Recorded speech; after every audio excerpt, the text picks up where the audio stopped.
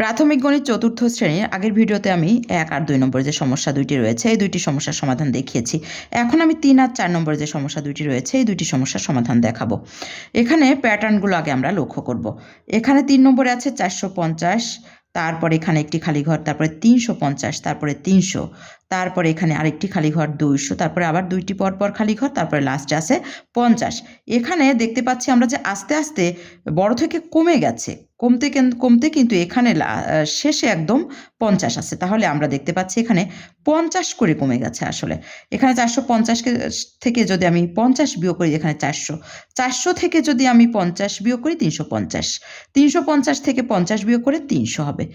এভাবে কিন্তু আমাদের শেষ পর্যন্ত 50, লাস্টে আছে এখানে 50। তাহলে এখানে প্যাটার্নটি এভাবে আছে, আগের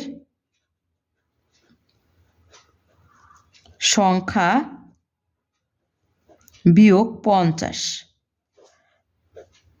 তাহলে এখানে আমি 450 থেকে 50 বিয়োগ করে এখানে হবে 400, 300, তারপরে 350, 300। এবারে 300 থেকে যদি আমি 50 বিয়োগ করি তাহলে এখানে কিন্তু হচ্ছে 250, 250 থেকে 50 বিয়োগ করে 200, 200 থেকে 50 বিয়োগ করে 150, 150 থেকে 50 বিয়োগ করে 100, 100 থেকে 50 বিয়োগ করে 50।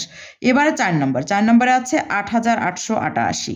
এই 8888, এরপরে খালি ঘর, তারপরে 6666, তারপরে আবার একটি খালি ঘর, তারপরে 4444, তারপরে 3333, তারপরে একটি খালি ঘর, শেষে আছে 1111।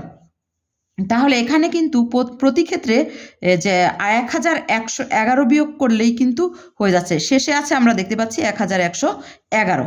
তাহলে আমি একটু দেখিয়ে দিচ্ছি তোমাদের। এখানে 8888 থেকে যদি আমি 1111 বিয়োগ করি তাহলে কিন্তু 7777। তাহলে এখানে 7777। তাহলে প্রতি ক্ষেত্রে কি হয়েছে, আগের সংখ্যা থেকে 11 কমে গেছে, 1111 কমে গেছে, বিয়োগ 1111। এইভাবে প্যাটার্নটি আছে। তাহলে এখানে আবার 7777 থেকে 1111 বিয়োগ করে এখানে কিন্তু 6666। এবারে আবার একটি খালি ঘর দেখতে পাচ্ছি। এবার 6666 থেকে যদি আমি 1111 বিয়োগ করি তা 5555 হচ্ছে। তাহলে এখানে 5555। এবার 1111 যদি এখানে বিয়োগ করা হয় তাহলে এখানে থাকবে 4444।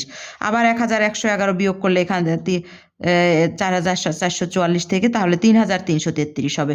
3333 থেকে যদি আমি আবার 1111 বিয়োগ করি, 3333, 1111 বিয়োগ করে আমার হবে 2222, অর্থাৎ 2222, 2222।